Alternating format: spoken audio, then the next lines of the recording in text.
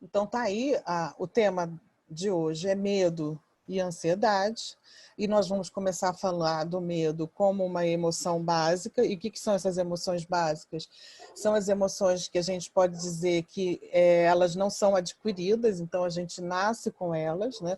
É só observar um bebê, que o bebê tem reações de susto, de surpresa, de alegria, de tristeza, então são emoções inatas nesse sentido, né? E como uma emoção básica também, elas são como o que dá para a gente o cimento, né?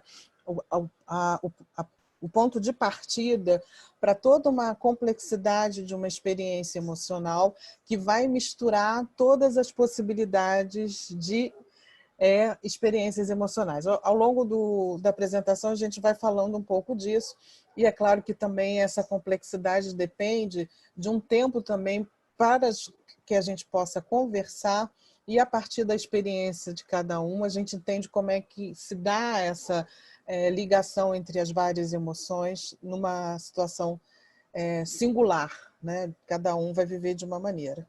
Mas também, como o medo, uma emoção básica, ela tem como característica ser uma emoção vivenciada por todo mundo. Então, eu não preciso perguntar a ninguém se já sentiu medo. Eu sei que todo mundo já sentiu medo.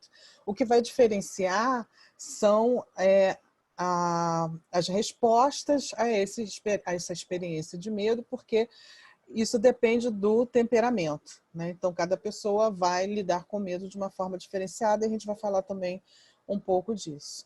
Como emoção básica também, o medo se apresenta no corpo de uma forma bastante característica, né? Então, tem uma fisiologia do medo, que é uma fisiologia que parece um pouquinho com o da surpresa, né? Do susto, né? Ficam ali medo, surpresa e susto, em que seu corpo se retrai um pouco, seus olhos se arregalam e você começa a ter uma resposta fisiológica de luta ou fuga, né? E dependendo, a gente vai falar um pouco disso também, vai variar como seu corpo responde. Então,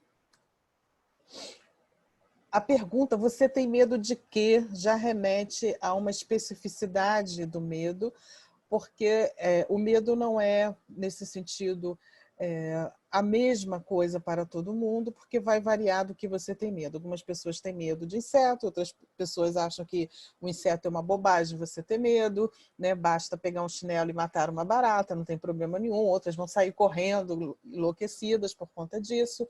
Então, é preciso se perguntar o que te traz medo, né? Embora todo mundo tenha medo, é preciso que você se faça essa pergunta. Então, essa figura do medo, não sei se vocês reconhecem, que é o personagem do desenho Divertidamente, que vale a pena ver, que apresenta 5 emoções básicas, né? E o desenho ele é muito interessante porque ele simplifica, porque numericamente ele só trabalha com 5 emoções, mas mesmo a partir dessa simplicidade ele consegue demonstrar o quanto é rico, né, a experiência emocional e a ligação entre essas diferentes emoções. Então, o que é o medo? O medo é uma resposta emocional diante de um objeto, situação que indica perigo, né? Então, essa questão específica do medo é que ele é uma resposta diante de um objeto, para diferenciar depois em relação também à ansiedade ou aos medos imaginários, né? Agora, eu até falei, como experiência emocional, o medo ele é inato, mas como objeto, isso vai variar, isso vai ser adquirido, né? Então, se você é criado numa família que todo mundo pratica esportes radicais, a sua tendência é ter menos medo de pular de lugares altos, de pegar um rio abaixo, num barquinho, né, num lugar bastante agitada, das águas agitadas, enfim. Então, ou ao contrário, se sua família tem medo de sair à rua, você vai adquirir também essa percepção do perigo em relação à saída de casa para a rua, né? E como uma experiência emocional inata, como uma resposta inata diante de um objeto que indica perigo, o medo é uma experiência emocional que nos prepara física e mentalmente para nos proteger. Então, essa é a ideia também do medo em relação a ele ser adaptativo, funcional ou disfuncional, né? Então, o medo ele tem uma função de nos proteger. E aí, quando surge essa experiência de medo diante de um perigo, a gente tem que estar atento que perigo é esse, à medida que a gente precisa se proteger, tá? Então, o medo tem essa qualidade, embora ele possa ser vivido de uma forma não muito tranquila, ele tem a qualidade de nos fazer atentos, focados e cuidadosos. Então, é uma emoção que chama a nossa atenção para o nosso entorno. Vamos ficar de olho agora no que está acontecendo e o que eu preciso fazer para me proteger ou para tomar cuidado, né? Então, pode ser uma experiência vivida como desagradável, mas é uma fonte de informação que nos ajuda a sobreviver. Então, nesse sentido, as emoções inatas, elas são ligadas também a essa ideia da sobrevivência, né? Então, o medo, é claro que também ao longo da nossa história como espécie, variou o objeto daquilo que nós teríamos medo, né? É tão comum hoje a gente sair à rua e encontrar um leão, né? Ou um tigre, ou um dinossauro, né? Mas quando isso acontecia, o medo era uma resposta muito importante para a sobrevivência, uma questão de vida e morte mesmo. Hoje não quer dizer que a gente não enfrente situações de vida e morte na cidade. Só que, estatisticamente, tem menos chances de você lidar com isso. É claro que varia, né? Se você está morando no Rio de Janeiro, se você está morando em um lugar com estatísticas mais baixas em relação à criminalidade. Mas, de qualquer forma, de um modo geral, não é a mesma coisa quando a gente estava vivendo numa sociedade de coletores ou de caçadores, né? O que é um problema, a gente pode pensar, é que quanto mais segura é a sociedade, menos a gente vai precisar de uma resposta de medo ligada à sobrevivência, mas o nosso aparato de sobrevivência continua muito ativo para responder a situações de perigo como se fosse de risco de vida, e às vezes essa intensidade é desproporcional, né? Então, uma sombra na rua não necessariamente é um ladrão e a gente pode reagir como se fosse. Então, essa é a primeira parte, que é o medo. Agora nós vamos tentar diferenciar o medo real, o medo imaginário. Essa é uma imagem bonita de uma menina diante de um touro, né? E é uma imagem que remete a uma situação de medo, porque você olha, né? É desproporcional o tamanho da menina para esse touro, mas, ao mesmo tempo, a postura física dela é de enfrentamento, no sentido de vem que eu enfrento, né? Vem que eu dou conta de você, né? Então, você pode viver uma experiência de medo ao lado de uma experiência de coragem, ainda que o objeto seja muito assustador e desproporcional, como é nessa imagem, né? Então, o medo é real quando ele é real no sentido de que ele representa um perigo, o nosso corpo tem a sabedoria para reagir, né?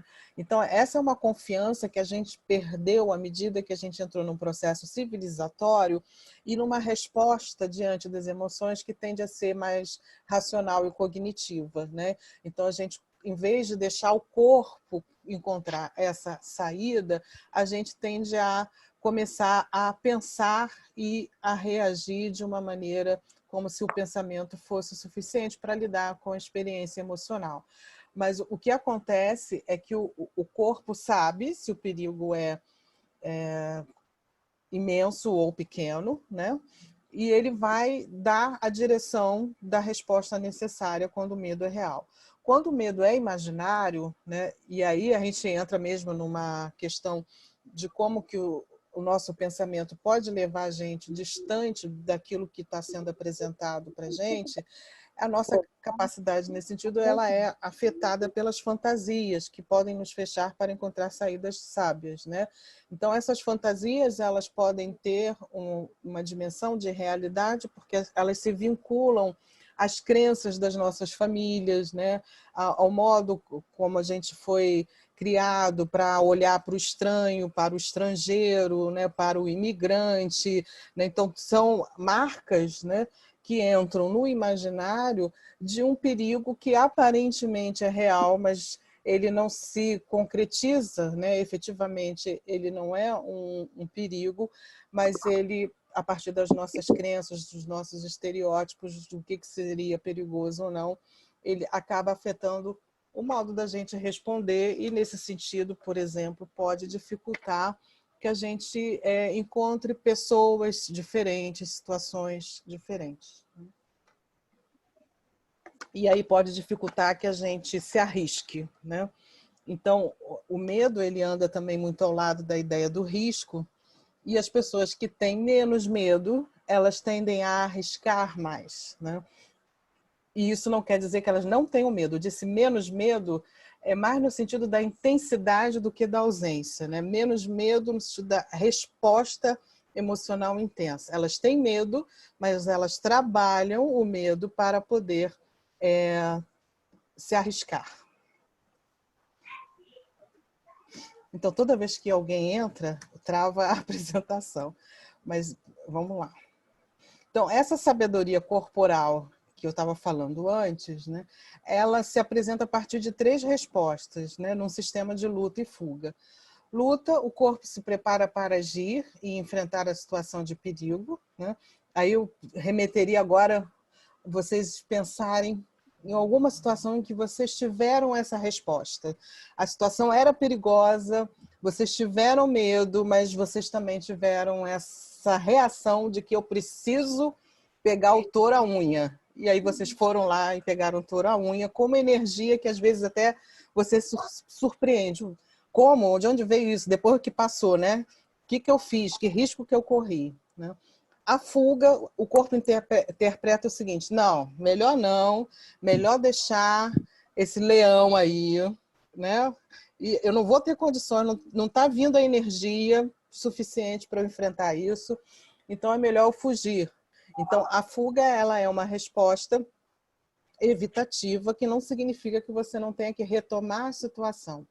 O que significa é que o seu corpo interpretou que, nesse momento, é melhor você tomar uma certa distância para você diminuir as chances de você ser prejudicado, ferido ou mesmo perder a sua vida, né? Então, como uma resposta de fuga, né, tem tanto a ver sair correndo mesmo, né, literalmente, você sai correndo, como tem essa terceira opção. Só pedir para alguém fechar o áudio. Quem entrou, de repente, está com o áudio aberto. Essa terceira opção, que é a do congelamento. É quando o corpo identifica que não é possível a defesa de nenhuma maneira, nem lutando, nem fugindo, né? Então, nessa hora, eu gosto de lembrar muito de uma história recente que aconteceu, eu não sei se vocês chegaram a acompanhar, em que uma menina lá, né, na parte mais fria dos Estados Unidos, mais para o norte, ela estava passeando aqueles lugares, né, que a gente vê em filmes americanos, né, que você vai para os acampamentos, né, e os acampamentos cheios de crianças, aí tem urso, né, você fica dentro de uma floresta, aquela coisa assim, bem de filme americano. Uma menina dessa estava passeando com um grupo, né, de pessoas, acho que ela se perdeu, enfim, e ela enfrentou face a face um urso, né? E esse momento de enfrentamento do urso, o corpo dela congelou. Então isso foi notícia na mídia, porque não é tão comum a gente ver uma resposta humana de congelamento dessa forma. É muito comum você ver isso nos animais, né? Inclusive a gente fez um infográfico, a gente postou na página do Dera. No infográfico tem um filmezinho e que você vê as várias respostas animais diante do medo, tanto de luta, quanto de fuga, quanto de congelamento, né? Então, essa menina congelou, o corpo dela desligou, apagou. Quando o corpo dela desligou, o urso chegou perto, né, e ficou analisando, está vivo ou está morto, né? Vou comer ou não vou comer? Se está morto, eu não vou comer. E, lógico que para isso, a análise do urso não é cognitiva, né? A análise do urso empurrou a menina para lá, empurrou a menina para cá. Nisso ela se feriu, mas em nenhum momento ela acordou. Ela acordou para falar assim, o urso, menos, tá doendo. Não, o corpo dela desligou completamente e só ligou novamente quando percebeu que não havia mais o perigo. E com isso ela conseguiu se safar do urso. Então, essa é uma resposta que nós ainda temos, mas dificilmente a gente vê as pessoas fazerem isso de uma forma tão animal nesse sentido, né? Desculpa, não sei se alguém está escrevendo no chat, mas aí me chamou a atenção. E aí eu volto aqui. Mas o que é comum como resposta de congelamento são as situações de medo que a gente pode viver, em que a gente dá uma desligada, em que a gente fica ausente. Essa não é uma boa resposta de congelamento, essa é uma resposta de congelamento que indica uma patologia, né, no sentido de um tipo de dissociação que tende a não mais ajudar a lidar com a realidade, no sentido de entender o que está acontecendo. Porque se eu me ausento, eu não consigo mais perceber o que está ao meu redor, né? Aí, claro que tem variações, por isso que eu disse no início, para que a gente possa falar da complexidade de tudo isso, a gente tem que falar da história de cada um, né? Então, as variações são que, algumas vezes, essa ausência, elas podem ser protetivas, né? No sentido de que se alguém grita comigo, né? E eu não sei como reagir, eu não sei como dar uma resposta àquela situação, um congelamento, uma ausência nesse momento, pode ser uma forma de eu me proteger, né? Mas é uma forma de eu me proteger da intensidade, mas não me prepara para lidar com esse tipo de perigo, né? Mas o que eu estou dizendo vamos relativizar, porque não vamos dizer assim, então a ausência é sempre ruim, eu não estou dizendo isso, eu estou dizendo que a ausência é uma forma de resposta que dificulta você aprender a lidar com as situações que são perigosas, mas às vezes pode ser necessária uma certa ausência. Então, é importante lembrar, como qualquer experiência emocional, que ela não é nem positiva nem negativa, né? Então, essa é a complexidade também da experiência emocional, porque nós temos uma tendência de avaliar como se a gente fizesse uma lista. Aqui está a lista das emoções positivas, a lista das emoções negativas, e elas são completamente separadas. Não é assim que funciona na vida real. Então, na vida real, o medo é uma emoção positiva, porque ele nos direciona para ações positivas, tanto no sentido da proteção, como eu falei inicialmente, quanto no sentido também da tomada de riscos, que é o que eu vou enfatizar mais agora, né? Então, o medo nos ajuda a correr riscos calculados, né? Tem um filme que sempre que eu vou falar desse filme eu esqueço. Ana Luísa, lembra? Eu mandei pelo grupo aquele das emoções. Gente, esse filme é muito bom. Eu mandei, você disse que ia ver, que tinha no Google As Play. emoções. Hã? Ana Luísa Não é falou? esse que as emoções? Isso, que cortou. Sim. Caçadores de Emoções. Esse filme é muito bom, porque ele mostra até o que uma pesquisa demonstrou, que para algumas pessoas correr perigo é sempre alguma coisa que ajuda elas a lidar estrategicamente com o medo. Então, essas pessoas que gostam de surfar altas ondas, né? No Caçadores de Emoções isso aparece, né? Eles vão... Eu nunca imaginei isso. Após ver esse filme, eu conheci essa realidade, que para mim é inimaginável, a realidade de pessoas que procuram aonde vai ter as maiores ondas, onde vai ter tempestade, né? É para lá que eu vou. É o contrário que eu faria, né? Onde vai ter as maiores ondas, é para lá que eu não vou, né? E aí eles vão para esses lugares para surfar, para pegar as maiores ondas, né? E outras coisinhas mais arriscadas eles fazem. Mas tem uma pesquisa muito interessante que fala sobre isso, que eles têm que tomar decisões que são decisões de segundos, né? Em segundos, eles têm que decidir se eu vou, né, que eu estou lá no pico da onda, eu vou descer essa onda surfando ou não, eu vou desistir. E esse cálculo, né, ele tem a ver com você sentir o medo, porque é o medo que vai te informar. Não, agora dá para ir, vai valer a pena, você vai surfar uma super onda, tá todo mundo filmando, vai ser lindo, vai ser maravilhoso, vai nessa. Ou não, desiste, agora não é a hora. Então, é esse medo que ajuda a fazer o cálculo do risco, né? Identificando os perigos e construindo as estratégias necessárias para as aventuras. Então, a gente pode dizer assim, eu não vou surfar, eu não vou, né, como essa imagem aqui, eu não vou soltar de paraquedas, ok, eu também não vou.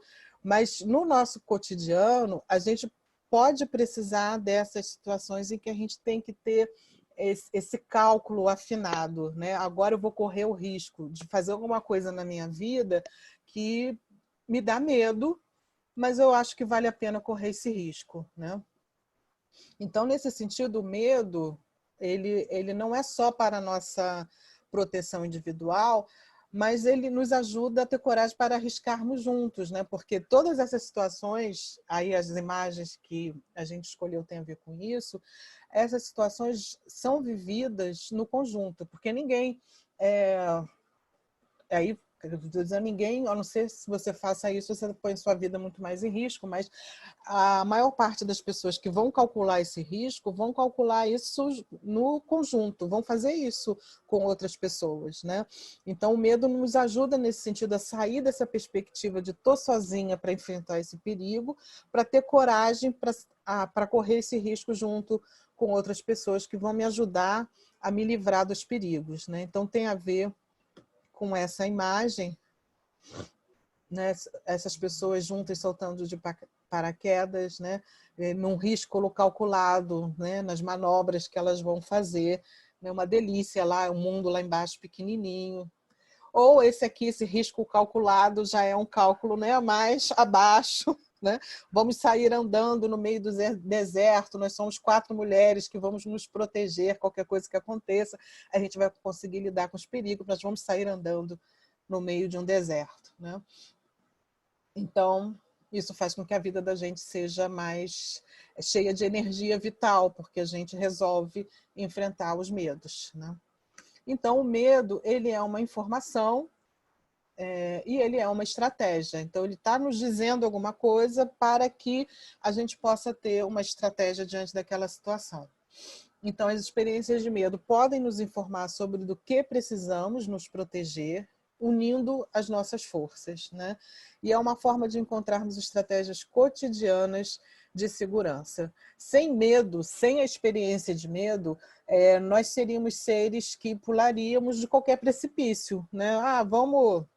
Vamos junto, pular precipício, vamos correr risco de vida o tempo todo, porque a gente não sente medo. E aí isso também tem a ver com temperamento. Algumas pessoas vão correr mais riscos, né, que são os caçadores de sensações, buscadores de sensações, eu misturei com o nome do filme, são os buscadores de sensações, né, que são pessoas que tendem mesmo a correr mais riscos. Mas isso não quer dizer que elas não tenham medo, né? A completa ausência de medo é a mais certo que você vai perder a vida. Então, essas estratégias, né, que o medo nos ajuda a ir construindo, elas podem ser pequenas estratégias no dia a dia, nas interações cotidianas, ou elas podem ser grandes estratégias, como eu falei, né? Então, essas estratégias, voltando a essa ideia do corpo, né, elas também elas são sentidas no corpo, naquilo que o Gandalf chama de gut feeling, né? O medo é muito aqui na barriga, né? Você sente alguma coisa na barriga, está me dando uma coisa na barriga, que estou com medo, né? Então, isso pode ser um pequeno sinal que, ao invés de você sair correndo, né, e não querer mais sentir isso, você pode focalizar, prestar atenção no que está acontecendo na barriga, para que você possa construir uma estratégia para lidar com um acontecimento da sua vida, né? Então, nas interações cotidianas ou nas grandes situações, né? Nas medidas sociais que nos envolvem também, na macropolítica, né? Infelizmente, o exemplo no Brasil não é o melhor exemplo, né? Porque o medo do Covid hoje não está ajudando no nível político, né? Das instituições que se montem estratégias razoáveis para lidar com essa situação, né? Ao contrário de Portugal, que acho que é um exemplo muito bom, em que eles, diante do medo, né, se fecharam imediatamente em suas casas e hoje eles têm um número de infectados e de morte muito abaixo da Espanha, que era logo ali do lado, ou da Itália, que também é bem perto, né? Então, o medo ele também funciona no nível macro, né? Ela é uma emoção que a gente pode dizer os governantes diante da experiência do medo podem tomar decisões sábias ou não. Então, essa é a primeira parte. Agora vamos à Kátia, que vai falar de ansiedade. Oi, boa tarde, pessoal. Então, quando a gente fala de ansiedade, é importante entender que não existe uma definição padronizada para descrever o que é ansiedade. O que temos de definição é que é uma emoção universal e é uma emoção que está ligada à sobrevivência humana. É importante esta emoção porque ela está diretamente associada à sobrevivência humana, né? Algumas pessoas definem como um estado psíquico, outras definem como uma resposta orgânica ou emocional do organismo, mas o importante é entender que é uma resposta diante de uma situação interpretada pelo indivíduo como eminente, real ou imaginária, né? É um perigo que pode vir a acontecer e isso desencadeia na pessoa um comportamento e cognições, enfim, ligadas a essa ansiedade. Ela, na verdade, é um sinal, né, de alerta diante de um perigo, seja real ou fictício, né? E a pessoa ansiosa, ela tem grande intolerância às incertezas, aos eventos incertos, ambíguos, né? E tem uma tendência a interpretar erroneamente certas situações que são ameaçadoras ou situações novas no cotidiano da vida desse indivíduo, né? Então, vamos à definição de ansiedade. Pode ir, Edna, porque eu aqui estou sem o comando. Então, é um estado de apreensão associado aos possíveis eventos futuros, nem sempre são negativos, é importante frisar isso, que a ansiedade não necessariamente ela é negativa, né? Ela envolve uma expectativa de catástrofe, né? E pode comprometer a integridade física e emocional do indivíduo. Mas ela tem uma função adaptativa e faz parte do mecanismo de sobrevivência humana, exatamente isso, né? Se você, como a Edna falou, se você abre a porta da sua casa, dá de cara com um leão, o leão não faz parte do seu contexto de vida. Automaticamente você vai ter medo, você vai ficar ansioso e essa ansiedade vai disparar vários mecanismos que vão diretamente garantir a sua sobrevivência humana. E aí a gente tem dois tipos, né? A gente pode classificar assim, que a ansiedade se divide de duas formas, né? Eu tenho a ansiedade adaptativa, que ela é essa ansiedade que faz parte do mecanismo de sobrevivência humana, que é importante para a sobrevivência humana, e tenho a ansiedade patológica.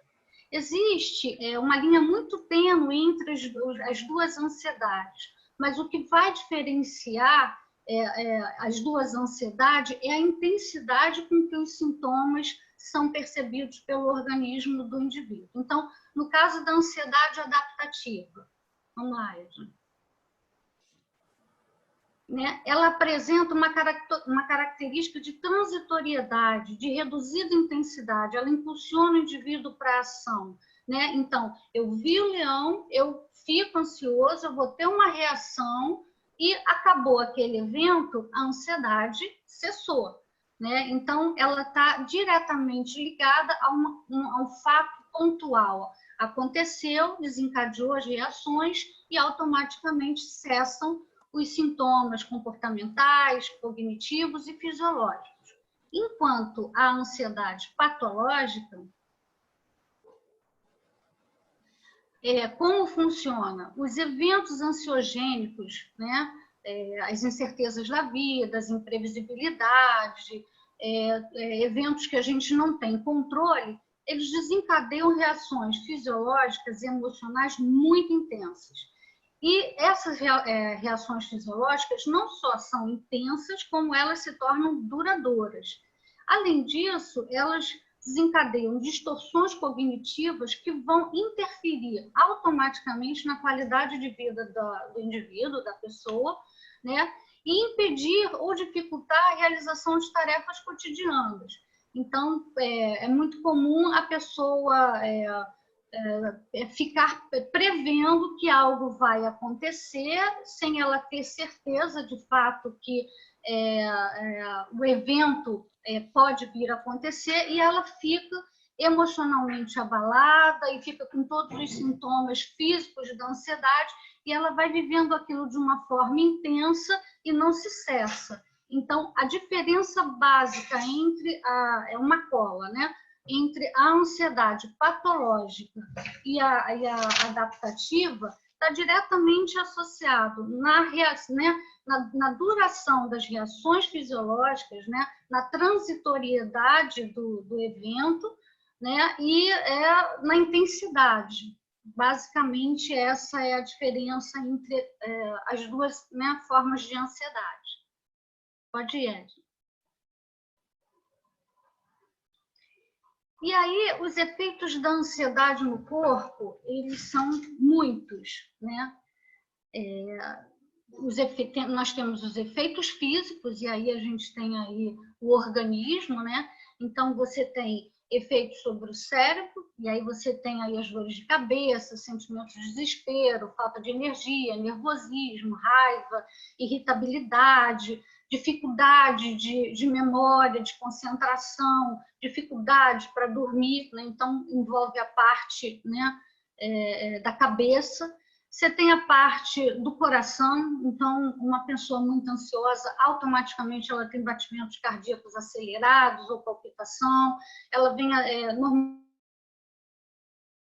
normalmente sofrer de uma hipertensão arterial naquele momento em que ela, né, está muito ansiosa. Ela tem, né, se isso for muito intenso, ela corre um risco maior de ter um ataque cardíaco, caso ela já tenha uma predisposição para a doença, né? Na parte de estômago, né, envolve náuseas, dores de estômago, azia, refluxo, aumento ou diminuição do apetite, dores abdominais. Na parte do pâncreas, há um risco maior para aparecimento de diabetes, isso já foi bastante discutido na medicina e na literatura, né? Na parte de intestino, aí vem a diarreia, constipação intestinal, que é prisão de ventre, síndrome do intestino irritável, isso é muito, né, no diagnóstico da síndrome do intestino irritável, normalmente se investiga muito a questão da ansiedade. No sistema reprodutor, nas mulheres, podem ocorrer períodos menstruais irregulares, dolorosos, diminuir o desejo sexual, nos homens podem causar impotência, baixa reprodução de espermatozoide, queda do desejo sexual, enfim. Se vocês observarem, a ansiedade ela acaba atingindo o corpo como um todo, né? Ela tem vários efeitos sobre o organismo. E aí, com relação aos aspectos físicos, né? Então, a pessoa, né, ansiosa, quando é submetida a um evento ansiogênico, ela imediatamente tem desencadeado em seu organismo aspectos fisiológicos, né? Normalmente, a primeira coisa que acontece é a pessoa começar a suar, né? Então, ela ficou ansiosa, ela já começa a suar, e sua nas mãos, nos pés, nas axilas.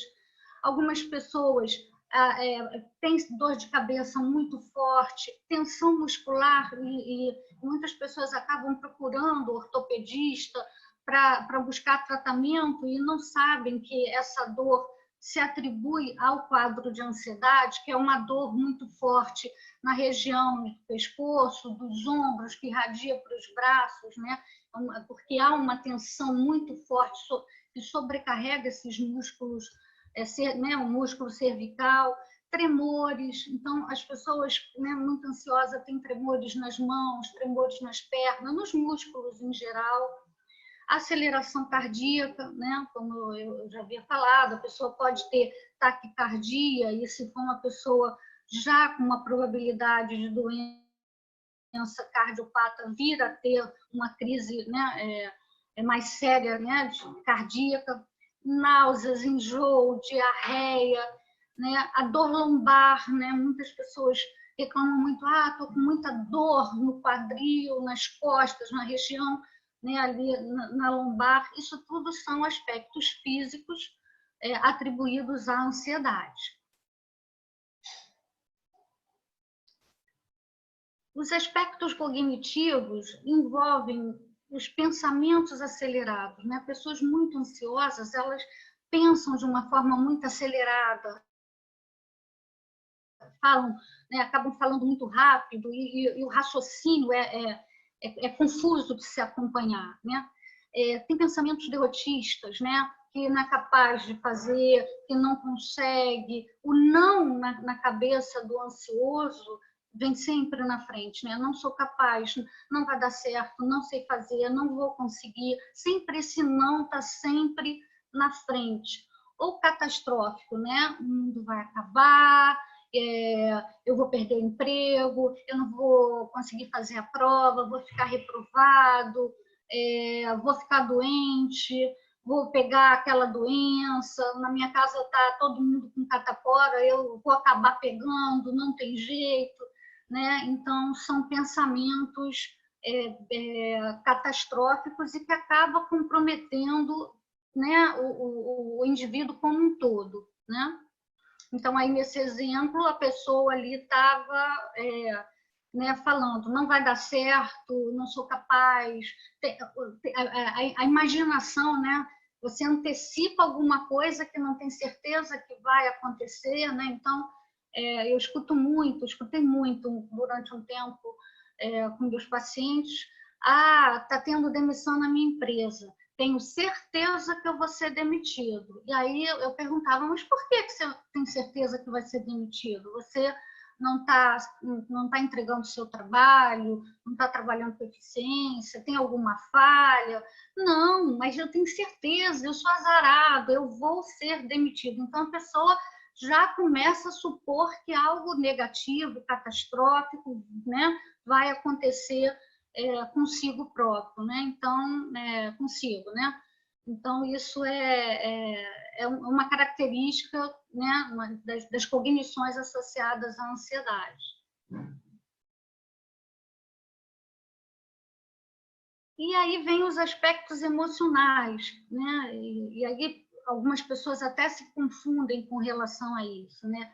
Então, angústia, tristeza, aflição, insegurança, apreensão, um medo contínuo, dentre outros sintomas, são aspectos da ansiedade, né? A pessoa ficar permanentemente angustiada, ficar aflita com situações que ela nem tem certeza, que não são concretas, né? Então, são imaginárias, são aspectos emocionais atribuídos também à ansiedade.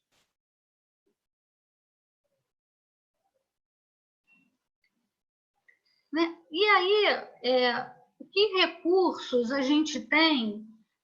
Aí, assim, o que a gente colocou de mensagem é que viver é acalentar sonhos e esperanças, fazendo da fé a nossa inspiração maior.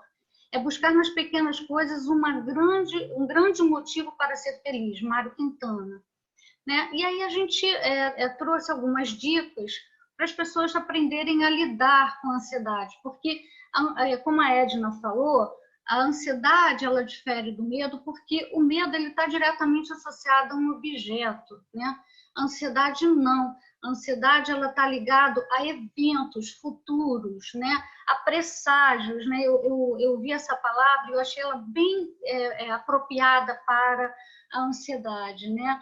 A pessoa acaba tendo presságio geral de ameaças, né, ou de eventos que possam, de alguma forma, comprometer a integridade física e psicológica dessa pessoa, né? Então, a ansiedade está sempre ligada a algo que vai acontecer, algum evento, né? Diferente do medo, que ele está mais concreto ali, tem um objeto que realmente faz a pessoa ter aquela reação, né? E aí, para lidar com a ansiedade, como a gente pode lidar com a ansiedade? A meditação é muito eficaz porque a pessoa acaba tendo pensamento, né? Quem tem pensamento acelerado. Então, uma forma de controlar esse pensamento acelerado é a meditação, né? A meditação faz com que a pessoa fique mais serena, comece a ter controle mais dos seus pensamentos, né? Comece a trabalhar mais essa questão dela, da negação, da dificuldade de lidar, né, com o que está possível, aí, os possíveis eventos que vão acontecer, a falta de controle, porque o ansioso ele se questiona por não ter controle, né? Então, a meditação, você começa a serenar os seus pensamentos. A psicoterapia, quando a ansiedade se torna patológica, não tem jeito, a gente precisa ter um terapeuta, um tratamento para ajudar, em alguns momentos entrar com medicamentos, né, para controlar a parte química. A medicação, né, que justamente é o tratamento farmacológico para poder segurar os efeitos físicos e orgânicos da ansiedade, quando eles se tornam extremamente prejudiciais. Exercício físico é muito bom para controlar a ansiedade, porque o exercício físico ele já é comprovado que se exercitar, você mexe com a produção de serotonina, do hormônio do humor, né? E isso ajuda você a controlar essa variação do seu humor quando você tem ansiedade, né? Você acaba ficando controlando essa angústia, essa aflição que te acomete, né, quando esses eventos ansiogênicos surgem na sua vida. A espiritualidade, algumas pessoas conseguem, né, trabalhar bem, controlar bem esses sintomas da ansiedade, com a espiritualidade, com a fé, com a religião. A música, né, eu já li vários artigos demonstrando que a música ela é eficaz para controlar pensamentos acelerados, a angústia, a aflição. Então, a música também, a musicoterapia também, ela tem apresentado resultados interessantes para o tratamento, né, da ansiedade. Enfim, existem vários recursos, a gente trouxe esses que são os mais conhecidos e que a gente percebe que tem uma eficácia, né?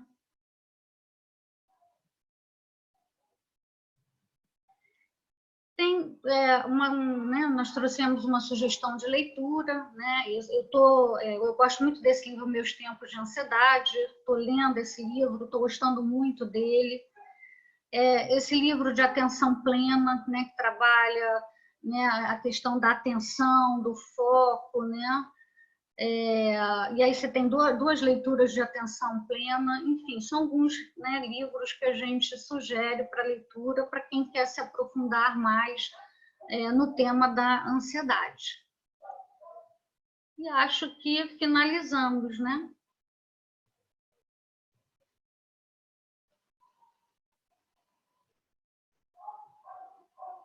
Você está sem som, Edna.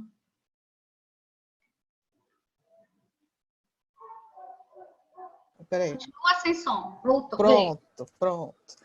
Então, só falar um pouquinho desses livros, porque existem muitos livros sobre ansiedade no mercado, mas esses 3 livros são livros baseados, né, na experiência de profissionais, baseados em pesquisas, né? Então, é importante a gente estar indicando também aquilo que tem um fundamento científico, né? Então, esse Meus Tempos de Ansiedade, ele foi escrito por um jornalista que ele tem uma dupla inserção no campo da ansiedade. Primeiro, ele é ansioso, de carteirinha, e ele resolveu estudar a ansiedade para poder divulgar, né? Ele trabalha com jornalismo científico e divulgar esses dados científicos sobre a ansiedade. Então, o livro é muito interessante, é um tijolo, né? Então, já logo alertamos que é um tijolo para doer as mãos, né?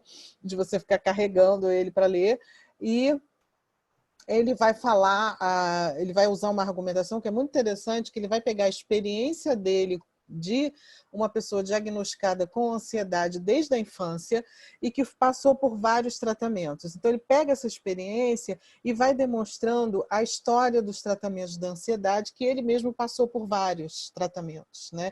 E ele ajuda a gente a pensar e a entender os vários objetivos desses tratamentos e como cada pessoa pode responder de modo diferente a esses projetos de tratamento de ansiedade, né? O outro livro aqui embaixo, né, de Atenção Plena, que esse mais azulzinho foi escrito por ingleses, né, que pesquisaram a questão do uso da atenção plena no campo das práticas psicoterápicas. O que ele é interessante, esse livro, porque ele vem com um CDzinho, e nesse CDzinho tem, acho que 9 ou 10 tipos diferentes de meditação, e cada capítulo do livro ele vai falar dessas diferentes possibilidades de você fazer meditação. Então, ele vai te orientando a cada capítulo como fazer essas meditações. O áudio também é um guia para você poder exercitar, ao mesmo tempo que você também vai poder identificar aquela que você acha que é a mais interessante para você tomar cotidianamente, né? Como uma prática cotidiana.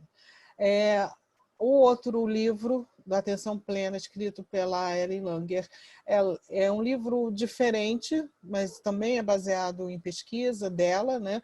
Ele é diferente porque ele não traz um exercício de uma forma direta, mas ele vai mostrando como a atenção plena é alguma coisa que você pode ter cotidianamente, à medida que você faz todas as suas tarefas de uma forma que você esteja presente, né? Então, ela tem uma pesquisa que eu conheci essa pesquisadora a partir dessa pesquisa específica, que eu achei muito interessante, em que ela vai mostrar como aquelas taxas sanguíneas que são, né, que aparecem no exame de sangue, todo mundo fica preocupado, né? A glicose aumentou, os triglicerídeos aumentaram. Ela demonstra como que, a partir dessa prática da atenção plena, você pode ter uma redução de todos esses índices, né? Então, isso de uma maneira muito rápida, porque ela botou pessoas que tinham mais ou menos acima dos 40 anos, agora não me lembro exatamente a idade, mas que botou essas pessoas para viverem como se elas tivessem há 20 anos atrás na vida delas. Então, imaginem vocês vivendo há 20 anos atrás. Eu vivendo há 20 anos atrás, por exemplo, não tinha internet, não tinha CD, o que a gente tinha era aquelas fitas, né? E tinha os headphones, né? E ouvia as músicas com headphone. Então, ela põe essas pessoas dentro de um ambiente em que tudo de 20 anos atrás está dentro dessa casa. E elas passam a viver como se estivessem ligadas a essas experiências de 20 anos atrás, e que são experiências positivas, que reenergizam elas, dão a elas vontade de viver, e elas ficam mais presentes, mais no sentido de estarem ligadas à experiência do momento que elas estão vivendo. Então, isso ela comprovou o quanto isso tem efeito na saúde física. Então, é um livro também muito interessante para ajudar a gente a perceber como que a gente pode diminuir a nossa experiência de ansiedade a partir dessa presença, por mais difícil que o momento seja, né? Então, nós agradecemos. Aí está o e-mail para quem quiser entrar em contato, né? Ou fazer pergunta para mim ou para a Kátia, principalmente. Pode fazer pergunta para a Kátia, né, Kátia? Eu estou vendo aqui que teve uma pergunta do Maciel, que ele está pedindo para falar da relação entre ansiedade e pensamento automático. O pensamento automático, Marcelo, ele faz parte da nossa vida. A gente tem pensamentos automáticos que a gente nem percebe, né? Por exemplo, quando você vai atravessar uma rua, você automaticamente vai olhar para se o sinal está aberto, né? Se vem carro, você vai olhar para a direita, para a esquerda. Isso é um processo automático. E o pensamento automático nem sempre ele é ruim, mas com relação à ansiedade, a depressão, os pensamentos automáticos eles acabam atrapalhando em si a qualidade de vida da pessoa, né? Porque ele assim, por exemplo, uma pessoa ansiosa, eu tenho, por exemplo, que fazer uma apresentação, né? Um estudante de faculdade. Eu tenho que fazer uma apresentação, meu professor me chamou para fazer uma apresentação. Meu pensamento, né, uma pessoa ansiosa, pensamento automático da pessoa. Eu vou falhar na apresentação, vou me sentir ridícula, as pessoas vão rir de mim, eu vou gaguejar, eu vou esquecer, vai me dar branco. Então, são pensamentos que a pessoa vai construindo de uma forma que vai acabar inviabilizando que ela efetivamente vá fazer a apresentação, né? Mas é importante entender que o pensamento automático em si, ele faz parte da nossa vida. No caso da ansiedade, é que justamente esses presságios futuros acabam promovendo pensamentos que atrapalham a eficácia da pessoa, atrapalham o desempenho da pessoa, atrapalha a pessoa, na verdade, até entrar em ação, né? E aí dificulta a vida dela de um modo geral. Edna, quer complementar? Não, desculpa, eu estava tentando ver se tinha mais alguma coisa no chat. Eu acho que é isso que você falou, né? Essa ideia de que não é que a gente vai retirar completamente os pensamentos automáticos, até porque eles organizam a nossa vida, né? Então, a gente não tem que pensar tudo novo. Imagina se a gente tivesse que toda hora pensar tudo novo, né? O problema desse automático é quando ele não tem alternativa, né?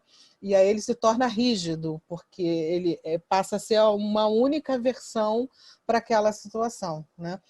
Então, acho que é o que você disse, pensamentos automáticos podem não ser um problema, eles podem nos ajudar, mas eles são um problema à medida que eles se tornam também uma leitura de uma catástrofe iminente de uma forma rígida, né?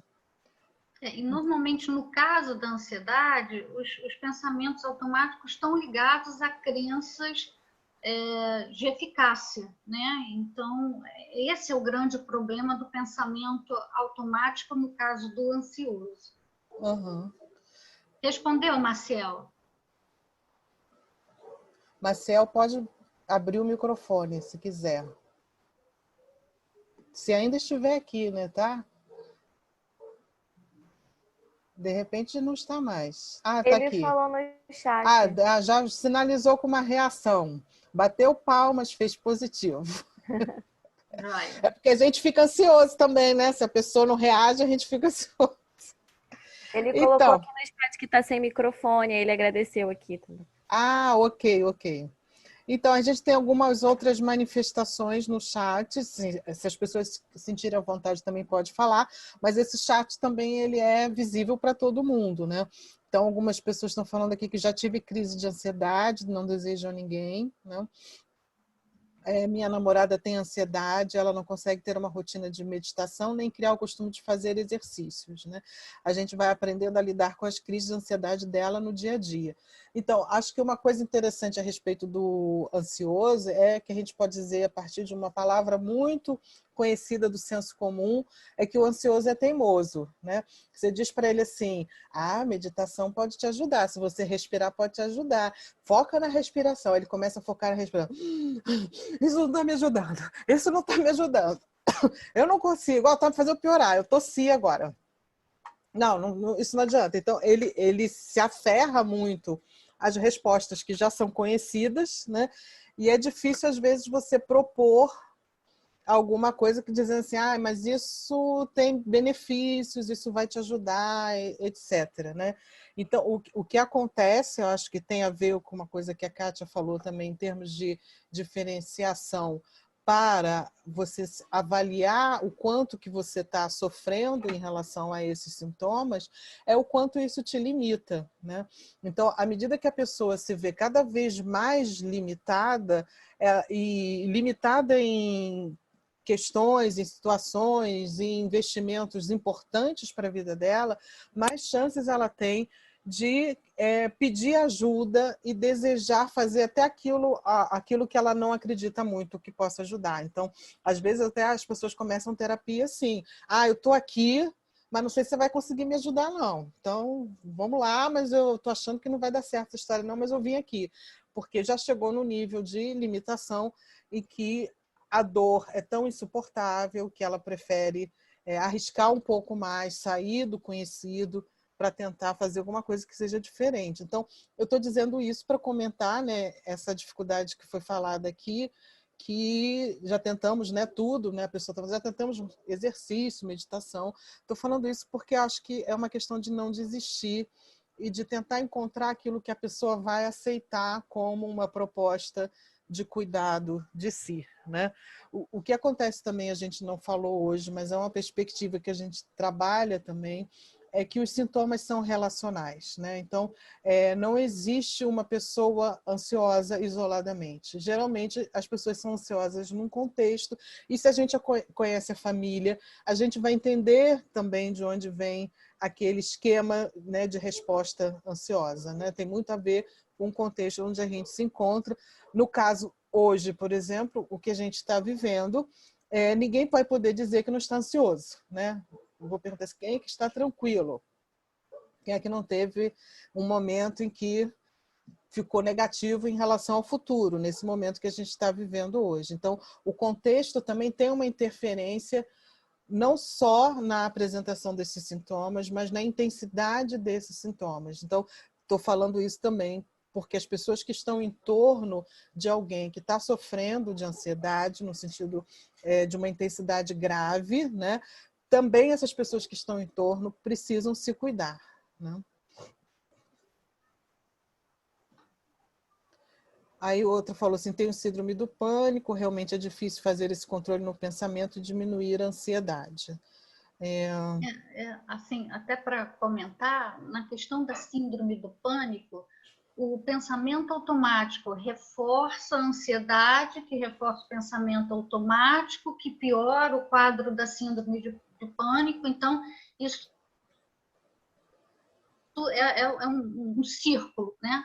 E por isso, né, se relata aí a dificuldade de controlar o pensamento, é porque um alimenta o outro, que alimenta o outro, e vira uma situação realmente difícil para se ter o controle. Sim. Outra pessoa falou aqui da ansiedade, por exemplo, ficar feliz diante de uma viagem, né, que tem a ver com as expectativas positivas da vida, né, isso também acontece, né? Mas depois ela fala de uma experiência de aumento de insegurança, de aumento de medo, de lugares escuros, de andar sozinha e às vezes de ficar em casa. Né? Então, assim, como você falou, quer dizer, a ansiedade que você remeteu tem a ver com, a ansiedade positiva tem a ver com uma experiência positiva, que é da viagem, né? O que você falou no sentido de um desenvolvimento psicopatológico tem que ser pensado também a respeito do que você estava vivendo, né? Então, é difícil a gente responder, mas eu não sei quantos anos tem essa pessoa, mas um dado objetivo que envolve a todo mundo é que o aumento de estresse tem a ver com o desencadear de alguns sintomas, né, algumas respostas psicopatológicas. Né? Então, quando você tem aumento de estresse, quando você entra numa fase de desenvolvimento em que você tem que ter maior autonomia. Então, a partir da metade da adolescência né, quando você vai ficando mais velho, isso vai aumentando. Embora antes a gente já tenha esse aumento de estresse, que é a puberdade. O que acontece é que a puberdade é um evento biológico que tem um aumento de ansiedade, não só no indivíduo que está tendo uma transformação física, mas em todo o entorno, né, dessa pessoa, tem um aumento de ansiedade, porque é um corpo em transformação, um corpo que se sexualiza. Será que a gente vai conseguir controlar esse corpo? A resposta também comportamental, o modo de falar, o modo de pensar, o modo de agir dessa pessoa muda e a gente passa a não reconhecer mais quem é essa pessoa. Então, tem um aumento de ansiedade como uma mudança que é prevista, porque é biológica, mas ela é imprevista diante das pessoas que a gente passa a não conhecer mais. Mas esse momento tende a ser esquecido, porque logo a gente entra numa certa normalidade, o corpo vai se ajeitando e tal, e aí volta o estresse mais próximo da construção identitária, que é ligado às decisões a respeito da profissão, da vida amorosa, né, das escolhas de parcerias sexuais, românticas, etc., que tem um aumento de estresse, por consequência tem um aumento de ansiedade. Então, eu não sei exatamente se essa pessoa que falou pode ter a ver com isso, mas eu estou dando uma resposta genérica, né, e que a gente possa pensar que há momentos do ciclo de vida que vão ter um pico de ansiedade maior devido ao aumento de estresse, né? E o modo como a gente responde a isso também depende do nosso entorno ser um entorno protetivo, um entorno acolhedor, um entorno que vai nos ajudar a lidar com essas situações. Aí fala alguém aqui, elogia a experiência com a yoga, né, que lida com sintomas respiratórios, que tem asmas e está muito melhor. E tem os elogios também, gostei muito, muito esclarecedor. Passam mais vezes, está me ajudando. Aí alguém aqui que está falando da sogra, é uma pessoa muito generosa, amorosa, que ensinou a sogra a técnica da respiração diafragmática. Você aprendeu aonde a técnica da respiração diafragmática? Foi com a gente? Ou não? Mas é uma pessoa, né, que deu essa informação para a sogra, e a sogra hoje agradece muito porque mudou a vida dela. E ela indica muito a respiração diafragmática para outras pessoas. Então, alguém comenta que a quarentena está agravando as crises de ansiedade das pessoas, é verdade, né? A gente tem aumento de crise de ansiedade, de depressão, de ideação suicida, de usos de drogas para aplacar essa dor, né?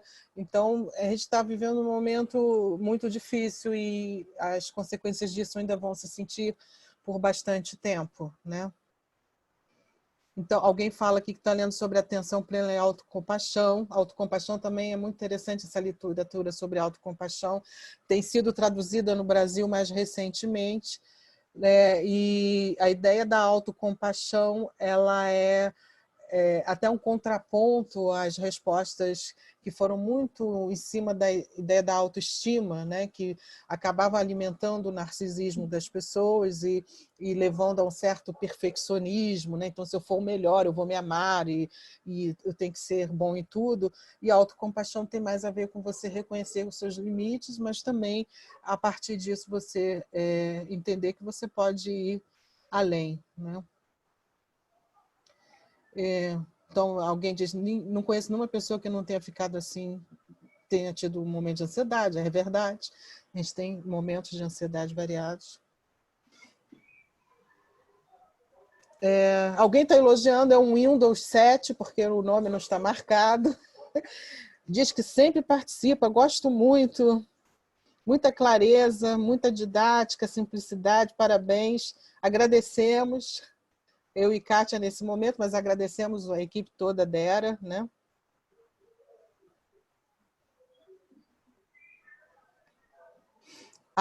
Alguém fala que o sobrinho tem febre, né?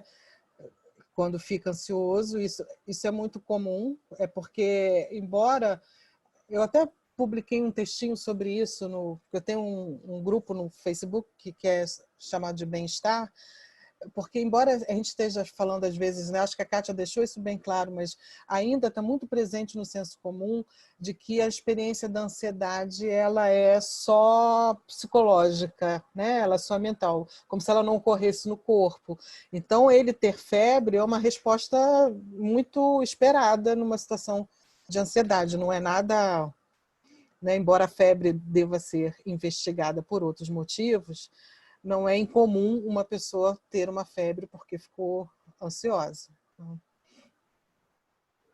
Aí alguém fala, acho que foi o que me respondeu. Ah, sim, foi ela mesma.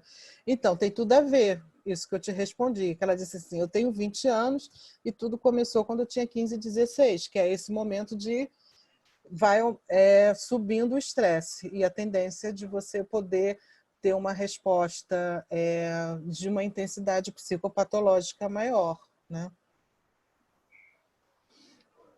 Aí alguém pergunta, é possível ter crise de ansiedade do nada? Uma pessoa... Peraí, eu estou tentando resumir e acabo me atrapalhando. Uma moça que trabalha com a minha mãe tem essas crises que afetam muito a respiração e os batimentos cardíacos do nada. Tem algum motivo, mas ela não identifica. Ou é realmente possível acontecer assim um motivo certinho? É difícil a gente responder certas perguntas. Muito. Eu vou tentar, a Kátia pode tentar também. Eu vou tentar falando de um modo genérico de novo, né? O que é muito comum, isso até como prática, como psicoterapeuta, as pessoas não identificarem, não fazerem uma relação entre o sintoma e o acontecimento da vida. Então, isso não é incomum. E isso é alguma coisa que, a princípio, nós poderíamos ter sido socializados dentro de casa, na nossa família, se a gente tivesse o espaço de falar da nossa experiência emocional. Mas um grande número de pessoas não conseguem dar sentido aos sintomas que elas estão vivendo. Então, esses sintomas físicos, como você falou, batimento cardíaco, né, respiração, suor, parece que vem do nada, mas isso é alguma coisa que a gente teria que estar com a pessoa, trabalhar com ela, para ajudá-la a identificar melhor, né? Tem um videozinho também que eu gosto de uma médica que eu também postei lá no Bem-Estar, que eu acho muito interessante, que ela defende a ideia de que a gente precisa ter mais consciência das respostas do nosso corpo, como se a gente fizesse um banco de dados, né? Então, nesse momento do Covid agora, né, quem é que não teve uma angústia em relação a certos sintomas que ficou assim, eu estou com Covid, eu não estou com Covid. E aí você tem que se auto-observar. Então, isso é uma necessidade. Nesse momento, então, que fomos aconselhados, não vá direto para o médico, não vá direto para a emergência, espere para ver o que acontece, você tem que exercitar ainda mais essa ideia de que eu preciso me observar, entender o que está acontecendo com o meu corpo, para que eu decida qual caminho eu devo seguir em termos de busca de ajuda, né? Então, isso é uma habilidade importante que a gente precisa ampliar em termos de aprendizagem. Kátia, quer falar? O importante é, né, a pessoa entender, começar a observar, né, se ela tem, fazendo em relação a essa observação, né, que colocaram, de a pessoa ter ansiedade, né, uma crise de ansiedade do nada. O importante é, se a pessoa vem continuamente tendo crises, né, observar qual é o contexto, né, que a pessoa estava inserida, para buscar uma relação entre o contexto e a crise, porque certamente tem um evento, né, alguma situação que causa essa ansiedade que dispara essa cadeia de reação fisiológica, cognitiva e comportamental na pessoa.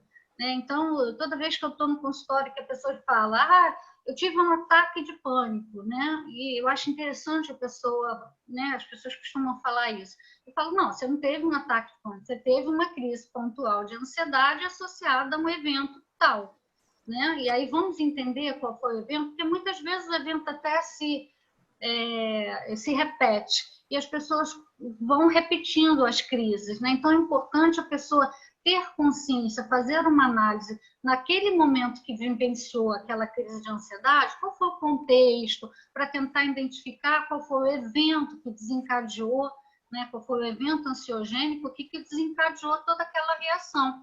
Porque se a pessoa toma consciência disso, ela começa a trabalhar a questão do pensamento automático, a questão orgânica, né, a fisiológica, e os pensamentos disfuncionais atrelados àquele momento, né, que causou grande ansiedade. Uhum. Ok. Aproveitando, vou fazer a propaganda do grupo psicoeducativo, porque, como o próprio nome diz, tem a intenção de ensinar alguma coisa, ele é educativo.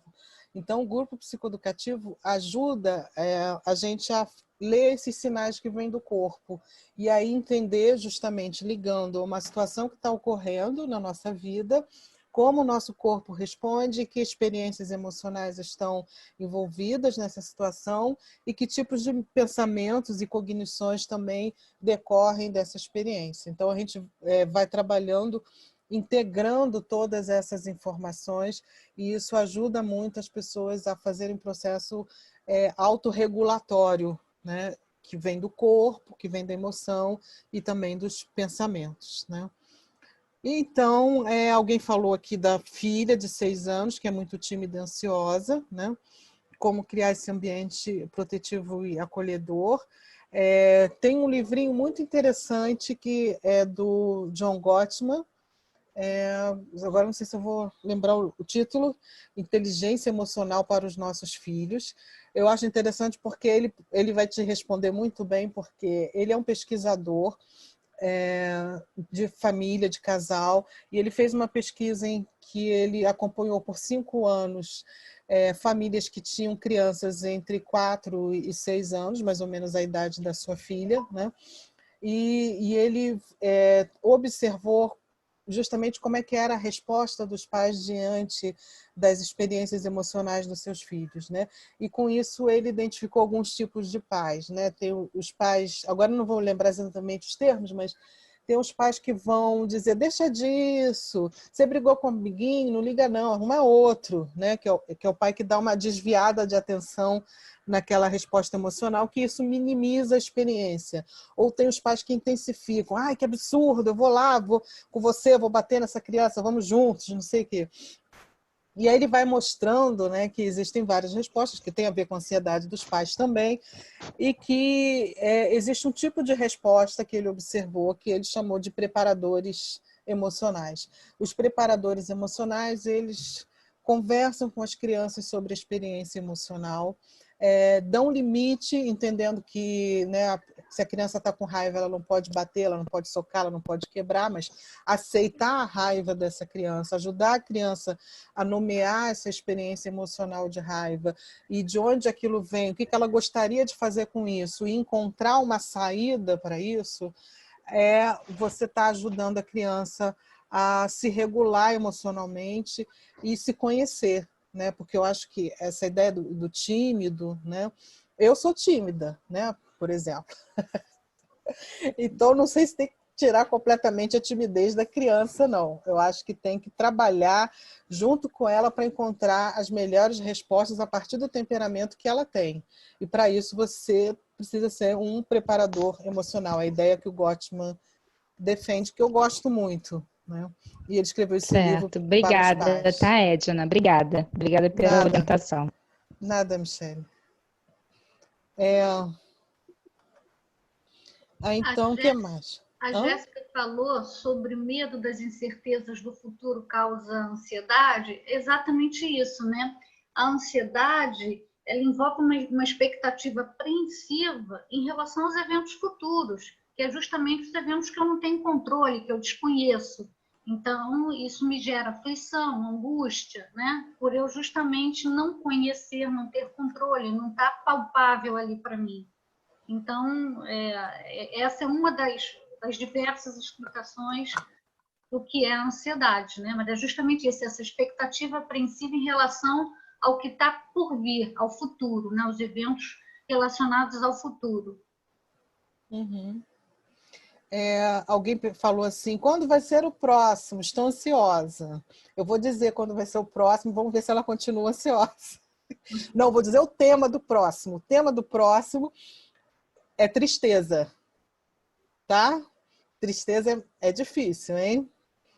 Data provável, que dia é hoje? 19. É início de junho, a 1ª de junho, provavelmente. Mas a gente vai divulgar, tá? Aí, perguntou o Maciel aqui também se a psicologia seria a primeira resposta para lidar com transtornos de pânico e ansiedade. Eu não diria que é a primeira resposta, mas eu também diria que é uma resposta muito boa, mas eu sou suspeita, né, para dizer. Mas é uma resposta muito boa. Existem outras formas, né? Eu não vou dizer que não há outros recursos. Eu, como psicóloga e psicoterapeuta, eu trabalho com os recursos que as pessoas têm. Então, se a pessoa me diz que ela fica bem porque ela cozinha, eu vou estimulá-la a cozinhar. Se ela diz que fica bem porque ela tem uma prática religiosa, eu também vou estimulá-la a continuar com a sua prática religiosa. O que eu acho é que a psicologia é um campo de saber que informa sobre esses sintomas de uma maneira que pode ajudar, mas eu não acho que é a única forma de você lidar com esses sintomas. Não sei se respondi ou se quer comentar mais alguma coisa. Ou a Kátia. Justamente isso, né? A pessoa precisa encontrar um ponto de apoio, né? Você tem a terapia, você tem a questão né? de tratamento farmacológico, mas você tem outros recursos que vão servir de apoio para ajudar a pessoa a trabalhar a ansiedade. Yoga, meditação, exercício físico, a musicoterapia, a acupuntura, a parte espiritual, né? E assim, a parte espiritual eu assim, vejo que é muito forte, né? As pessoas relatam muito a parte espiritual no auxílio, né? Dos transtornos de ansiedade, mas todos eles são suportes, são recursos que vão ajudar a cuidar, né? do ser como, né? Do organismo, do emocional, enfim, da pessoa como um todo, né? Da qualidade de vida da pessoa como um todo. É um conjunto, na verdade, né? Então, alguém falou também, assim, como seria mais fácil se fôssemos educados a falar sobre as nossas emoções, também acho, concordo, né? Mas acho que também a gente não pode culpar os nossos pais, né? Porque isso tem sido uma dificuldade de geração a geração, né? Então, algumas pessoas, até diria, que até podem conseguir quebrar essa transmissão entre as gerações dessa dificuldade de lidar com as emoções. Mas isso é muito difícil, porque a gente tende a repetir aquilo que recebeu dos nossos pais. Então, nesse sentido, mais uma vez, a gente pode precisar de ajuda, né? E precisar de ajuda não é ruim nesse aspecto, porque isso tem a ver com treino. E aí é como se você quer praticar um esporte, né? Você precisa de treinar, você precisa de alguém que vai te ajudar a desenvolver essas habilidades. Então, lidar com as emoções tem muito a ver com essa ideia de treino, por isso que a gente faz o grupo psicoeducativo. Eu estou fazendo muita propaganda do grupo psicoeducativo, ele é pequenininho, não dá para todo mundo, mas a gente quer que vocês venham, né? Aí alguém falou medo das incertezas do futuro. Acho que atualmente todo mundo está com medo das incertezas do futuro, né? Vamos reagir. Vamos ver quem está com medo das incertezas e do futuro. Vamos reagir. Quem está com medo do futuro?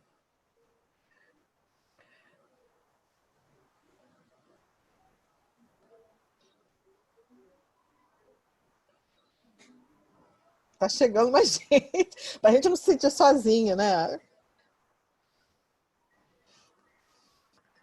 Está difícil atualmente.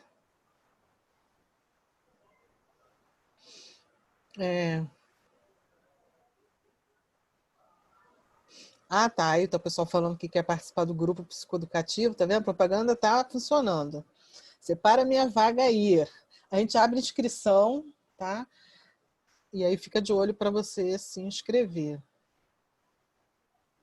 Gente, então, o grupo focal, que é na quinta-feira, já tá nas páginas. Quem está participando hoje... É porque, assim, o grupo focal a gente faz com os universitários, né? De 18 a 29 anos. E aí, quem está aqui, que está nessa faixa etária, que se inclui nesse critério, a gente já enviou e-mail convidando, tá bom? E para vocês indo fazer a inscrição. Tá. Ok. Então, o Maciel se manifestou de novo, rindo, disse que ele não pensa muito no futuro, não. Apenas no curto prazo. Então, tá bom. Ok, Maciel. Depois, aí você vai ensinar para a gente como é que você faz. Então, quem está fora da faixa etária entre 18 e 29 anos pode se manifestar também. A gente pode pensar num grupo só para essa faixa etária diferenciada, tá? Então, acho que é isso. Não sei se tem mais alguém falando, querendo falar. Se alguém quer fazer mais algum comentário, pergunta. Porque a gente acabou lendo o chat, né? Que apareceram muitas perguntas, muitas questões.